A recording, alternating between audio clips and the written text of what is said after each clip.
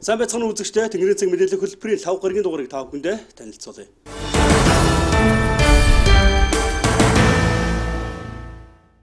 Мэдээ эхэлж байна. Дархуул аймгийн нутаг дэвсгэрт үйл ажиллагаа явуулж байгаа сүм хийдийн үйл ажиллагаанд холбогдох албаны хүмүүс хяналт тавин ажиллаж байна. Нийтдээ 33 сүм хийд аймгийн хэмжээнд үйл ажиллагаа явуулдаг судалгаа байна. За Монгол улсад 5 хүн тутмын 4 нь ямар нэгэн байдлаар шашин шүтдэг гэсэн судалгаа байдаг. Үүнд Будда, Бөөн мөргөл, Христ, Протестант, Католик гэх мэт шашны сүм хийд манад зонхилж үйл ажиллагаа явуулдаг гэнэ. Харин олон шашны бөөгнөрөл нийгмийг эмх цэгцгүй болгож цаашлаад эдийн засаг сөргөөр нөлөөлдөг гэж судлаачид үздэг байна. Харин бид эргэн тойрондоо бага насны хүүхдүүдийг шашинд уруу татах, ямар нэгэн өглөг эзүүлэлээр бусдыг мунхруулах эзэнгүй шашны тухай олныг сонсож бас харж ирсэн. Тиймээс ямар нэгэн шашны чиглэлээр үйл ажиллагаа явуулж байгаа сүм хийдүүдэд өнөөдрөөс эхлэн хяналт тавьж ажиллаж байна. Дархан улаан аймгийн хэмжээнд 33 сүм хийд одоо үйл ажиллагаа явуулдаг юм байна. Тэгээд энэ үйл ажиллагааг бол жилийн хугацаатаагаар иргэдийн хурлын тогтоол гарч ингэж үйл ажиллагаа сунгадаг байгаа. Тэгээд одоо бид бүхэн өнөөдрийн байдлаар бол одоо 4 дахь хийдээр одоо сүм хийдээр ороод ингэж явж байна. Тэгээд энэ үйл ажиллагаатай танилцж явахдаа бид нар одоо бас нэг алдаа оноо ололт дутагдлын бол газар дээр нь дүгнээд засаж залруулах зүйлүүдийг бол зөвлөөд ингэж үйл ажиллагааг хянж явж байна.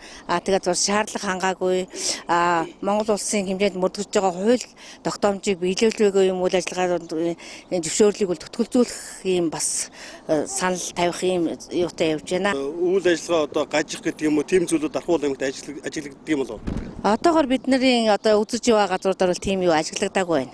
Яг хөө зөвхөн зөвлөн туслах үйлчлэгийг үзүүлээд тэрийг засаж сайжруул энийг анги хууль тогтоомжийн дагуу одоо ажиллаж байгаа ажилчдын нийгмийн даатгалын шимтгэлийг төлж байгаа байдал, ажилчдын одоо дэлгэрэнгүй бүртгэл, энэ нөгөө одоо сүмүүдэд хамрагдаж байгаа хүүхдүүд үйл ажиллагаанд оролцох хүүхдүүдийн судалгаа гаргах, хүүхдийн эрхийн одоо байдалд нь хяналт тавьж ингэж явж байна. Та өөрөө хүүхдийн мэрэгчлэн тэгэхээр хүүхдэд одоо гаж нөлөө үзүүлэх гэдэг юм уу, хит одоо багаас нь ямар нэгэн шашинд автуулах тийм зүйлүүд Дархуул аймагт ажиглагддаг юм болов уу? Энэ одоо буруу урсгалаар явагдаж байна гэдэг юм уу, туйлширсан тийм зүйлүүд ажиглагддаг уу? Одоо бидний явж байгаа байдалд бол ерөөсөө бид бүгд бол энэ сүмд явж байгаа хүүхдүүдийг бол судалгааг бол авч явж байна. Энэ дээр бол дандаа ээж аавын зөвшөөрөлтөй хүүхдийн өөрийнх нь хүсэлтийн дагуу одоо бас үйл ажиллагаанд бас тийм одоо бас их хэмжээгээр биш ингэж одоо үйл ажиллагаанд зөвхөн оролцоод явж байна гэсэн юм байна. Цаашдаа бид нар энэ судалгаан дээр дүгнэлт хийнэ. Дүгнэлт хийгээд өөрсдийнхөө дүгнэлтийг бол гаргах хэрэгтэй. За хүн бүр шашин шүтэх эрхтэй. Үүнийгээ бид үндсэх хуулиндаа заажчихсан байдаг. Гэвч бүртгэлгүй чиглэл харьяал мэдэгдэхгүй гаж урсгалууд сүүлийн үед олноор нэмэгдэж үзэл бодол нь төлөвшөөгүй. Амьдралын хэцүү бүрхийг туулах тэнхээгүй олон залуусыг игнэндээ элсүүлж хохирох тохиолдлууд гардаг. Тиймдээ эдгээр сүм хийдүүдийн үйл ажиллагаа явуулах эрхийг жилээр сунгадаг байна. Шарын болон христийн шашин сүм хийд гэж ярих боловч үйл ажиллагаа итгэгч дагагч сонирхогчдод өөр үзэл бодлоор чиглэлээ сунгадаг. Магадгүй 33 гэдэг тоо бага юм шиг сонсогдож байгаа боловч түүнд хичнээн мянган иргэд итгэж үйлчлүүлдэг нарийн судалгаа байдаггүй.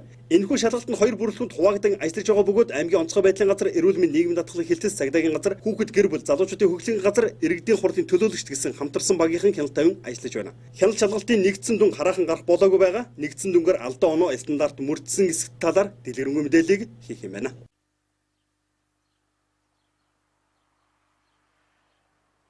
Мэдээ үргэлжлэж байна. Дархан сумын хамгийн олон хүн амтай багийн нэг болох 17 дугаар багт автозамын гэрэлтүүлгийг шинжлэх засварлах ажил хийгдэж байна. За хуучин гэрлийн суурийг ашиглан лед гэрэл хийх, гэрэлтүүлэхгүй газруудад шинээр гэрэл хийх зэрэг ажлуудыг хийж байна. Дархан намын худалдааны төвийн улзуураас хуучин эсхонстой буудлын хүртэлх автозамын гэрэлтүүлгийг зас сайжруулах, сүүлийн үеийн лед гэрлээр солих ажил хийгдэж төгсгөлийн шатантай явж байна. За 25 сая төгрөгийн өртөг бүхий тус гэрэлтүүлэг нь хуучин шар гэрлээс 2-3 дахин бага эрчим хүч зарцуулах, тусгал сайн гэдгээрээ давуу талтай гинэ. Нийтдээ 55 ширхэг гэрлийн толгойг сольж байгаа. Тэгээд дээрэс нь дунд нь 5 ширхэг гэрлийн шинээр шон босгож байгаа.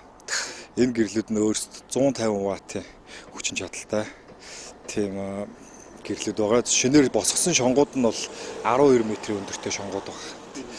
Энэ нийт төсөв төртгөн нь бол 25 сая төгрөгөөр бид нар хийж байгаа. Ашиглалтын хувьд бол өмнөх байсан гэрлүүдийгээ бодоход бол 3 дахин хэмнэлттэй байгаа. Эрчим хүчний хэмнэлт 3 дахин их гэсэн үг. Тэгээд дээрэс нь юу ячиж байгаа. Урсгал засварын асуудал бол байхгүй болж байгаа юм л да. Энэ яагаад гэвэл орчин үеийн лед гэрэл учраас. Дээрэс нь өмнөх гэрлүүдэд бодоход тусгалын хувьд бол хамаагүй илүү болоо бичиж байгаа. Гэрэлтүүлгийн ажил үүгээр зогсохгүй олон улсын байгууллагуудтай хамтран ажиллаж тухайн багт гудамж талбайг гэрэлтүүлэхдээ болох ажлын эхлэл тавигдаж байна. 10 хэсэгтээ 9000 орчим орчин суугчдад тус багт тулгамдсан асуудал олон байдгийг гэрэлтүүлэх юм. Энэхүү ажлыг аймаг сумын иргэдийн хурлын төлөөлөгчдөд сум орон нутгийн төрийн байгууллагатай хамтран хийж байна. Энэ жилийн хувьд 15 дугаар баг дээр үндсэндээ гэрэлтэй баг хөтөлбөр хэрэгжиж 150 гаруй гэрэлтүүлэг шинээр тавигдж байгаа. Сүүлийн технологи LED гэрэл тусгал сайтай эрчим хүч хэмндэг ийм гэрлүүд тавьж байгаа. Нийтдээ орон нутгийн төсвийн хөрөнгөөр 170 гаруй сая төгрөгөөр гэрэлтүүлэг тавьж байгаа. Цаашдаа бас энэ олон улсын хандивлагч байгууллага Азийн хөгжлийн банкны шугамар энэ гэр ороллын дэд үтцийг сайжруулах ажлын хүрээнд бас нэмэлт гэрлүүдийн ажлуудыг хийгдэхээр хилцээрийн шатантай яваа. Ингэснээрээ ер нь 17 дугаар баг маань нийтдээ гэрэлтэй баг болно гэж бид бүхэн ойлгож байгаа. Иргэдийн амар тайван аюулгүй амьдрах нөхцөлийг шатараатаагаар хангаж байгаа ажлын нэг нь гэрэлтүүлэг юм. Зориудаар гэмтэх, хаглах зэрэг эвдрэл гарахгүй бол LED гэрлийн үйлдвэрийн баталгаа нь 2 жил байдаг байна. За харин гүйцэтгэгч компани энэхүү ажилдаа 3 жилийн баталгааг хийлж байгаамаа. За аймгийн сэдвийн санаачлагаар нийгмийн хамгааллын салбарын хүрээнд үйл ажиллагаа явуулдаг төрийн байгууллагуудын үйл ажиллагааг иргэдэд түргэн шуурхай хүргэх нээлттэй хаалганы өдөр арга хэмжээ дархан сумд өнөөдөр зохион байгуулагдлаа. Төрийн болон төрийн бүс байгууллагуудын хамтын ажиллагаа төрөөс иргэдэд нийгмийн хамгааллын чиглэлээр үзүүлэх үйлчилгээг сайжруулах зорилгоор 5 дугаар сарын 11-ээс 13-ны өдрүүдэд Орхон хонгор шарын гол суманд 17-ны өдөр Дархан суманд зохион байгуулж байна. Нээлттэй хаалганы өдөрт нийгмийн салбарын агентлагуудаас гадна мэрэгжлийн сургалт үйлдвэрлэлийн төв, Дархан өргөө политехникийн коллеж, Уул уурхаан политехникийн коллеж, жижиг дунд үйлдвэрлэлийг дэмжих Дархан уул төв зэрэг байгууллагууд оролцож төрийн үйлчилгээг нэг цэгээс түргэн шуурхай иргэдэд үзүүлж байна. За бид Орхон хонгор шарын гол сумдуудаар нээлттэй хаалганыхаа хөдөлгөөгийг харин агентлагуудаас гадна мэрэгжлийн боловсролын байгууллагуудыг нэгтгэсэн маягаар уг хөдөлгөөгээ зохион байгууллаа. За энэ удаагийн маань хөдөлгөөгийн онцлог гэх юм бол нийгмийн хамгааллын салбарын байгууллагууд үйл ажиллагаагаа сурталчилгаас гадна мэрэгжлийн боловсролын байгууллагуудын маань үйл ажиллагаа давхар сурталчилж дээр нь дээрх сургуулиудад эсэлтийн бүртгэлийг явуулж байгаагаар онцлог юм аа. Тэнгэрийн цаг мэдээлэл хөтөлбөрийг сонгон үзэж байгаад баярлалаа. Дараагийн мэдээлэл хүргэе. Эрүүл мэндийн тусламж үйлчилгээг сайжруулах чиглэлээр 17 дугаагийн төлөөлөгчд ажиллаж байна. Тус багийн нутагт бие даасан өрхийн эрүүл мэндийн төв байхгүй салбар ажилладаг учраас чанар хүртээмжийн тал дээр сулхан байдаг гин. За тиймээс үүнийг сайжруулах тал дээр иргэдийн хурлын төлөөлөгчд болон холбогдох албаны хүмүүс ажиллаж байна. Дархан сумын 15 дугаар баг буюу бидний хэлж сурснаар батлон хавтадын иргэдэд хурц ажилдаг өрхийн эрүүл мэндийн төв байдаггүй салбар ажилдаг гинэ. Аймгийнхан томоохон олон хүн оршин суудаг тус багийн иргэдэд үйлчилгээ үзүүлдэг тус өрхийн эрүүл мэндийн салбарын үйл ажиллагааг сайжруулах тал дээр аймаг сумын иргэдийн хурлын төлөөлөгчд болон баг сумын секретар нар анхаарлаа хандуулж эхэлсэн байна. Хамгийн энгийн жишээ гэхэд багийн нийтийн иргэдэд эрүүл мэндийн тусламж үйлчилгээ үзүүлж байгаа эмч совилогч эмнэлгийн ажилтнуудыг чадваржуулах, чадвартай боловсон хүчээр хангах чухал гэдгийг тус багийн иргэдийн хурлын төлөөлөгч Ган Зөрөг онцолж байна. Тулгамж байгаа асуудал гэх юм бол өрхийн эмнэлгийн асуудал манай 17 дугаар дээр маш хурцаар тавигдж байгаа. Ягаад тэгэхээр 8 гаруй хүн амьдардаг энэ баг дээр өрхийн эмнэлгийн салбар ажилтдаг тусна гаргаж өгөөч гэдэг асуудлыг иргэд маш урдан тавьж ирсэн. Энэ асуудал дээр аймгийн засаг дарга холбогдох Дархан сумын засаг дарга холбогдох хүмүүстэй уулзж байгаа. Эхний ээлжинд бид нэр яг тусна гарах боломж нөхцөл нь харьцангуй бас төсөв мөнгөний хувьд хэцүү байгаа учраас 20 сая төгрөгийн тоног төхөөрөмжийн сайжруулах чиглэлээр мөн одоо энэ байгаа байрын 20 сая төгрөгийн төсөв төртөгт өргөтгөл хийх ажлыг бас бид нар зохион байгуулж байна. За боловсон хүчний хувьд бас шинэ залуу эмчнэр, дадлага туршлагагүй эмчнэр ажилтгаа бас энэ тал дээр чадвар мэдлэг дутдаг гэдэг юм асуудал гарч байгаа. Энэ дээр нь бид нар бас эрүүл мэндийн газартаа хамтарч бас дадлага туршлагатай эмчнэрийг тодорхой хэмжээ нөгөө хэсэгтэйгээ ээлжлэн сэлэх маягаар ингэж аль болох эрүүл мэндийн үйлчилгээг ард иргэд түргэн шуурхай хүртээмжтэй хүрэх чиглэлээр эхний ээлжинд ажлууд арга хэмжээ зохион байгуулж ажиллаж байна. Өрхийн эрүүл мэндийн төвийн үйл ажиллагааг сайжруулснаар дараагийн шатлалын эмнэлгүүдэд хандах хандлага нь багасч ачааллыг тэнцвэржүүлнэ. Гэвч төвийн гих тодтолтой орон сууц хорооллуудаа өрхийн эмнэлгүүдэд төвлөрүүлсэн тогтолцоог арилгаж хүн амын төвлөрлийг авч үзэн гэр хорооллын иргэдэд энэхүү өрхийн эрүүл мэндийн төвийг ойртуулан хүртээмжийг нэмэгдүүлэх хэрэгтэйг онцолсон юм а. Мөн нөгөө төвөр аймаг сумын орон нутгийн хөгжлийн сан болон иргэдийн дэмжлэгтэйгээр Дархан сумын 6 дугаар багт өрхийн эрүүл мэндийн төвийг барих гэсэн боловч ганцхан хүний үзэмжид нийцээгүй улмаас зогсон байдалд орсон мэдээлж бий. Иргэдийн төлөө бас хувийн ашиг сонирхлын төлөө ажилладаг зарим нэг хүмүүсийг эрүүл мэндийн салбараас явуулах хэрэгтэйг шүүмжлэх хэрэгэд олон байна. Эрхэм үзэгчдээ одоо маргаашийн цаг агарын мэдээлэл хүргэе. Анхаарлаа хандуулна.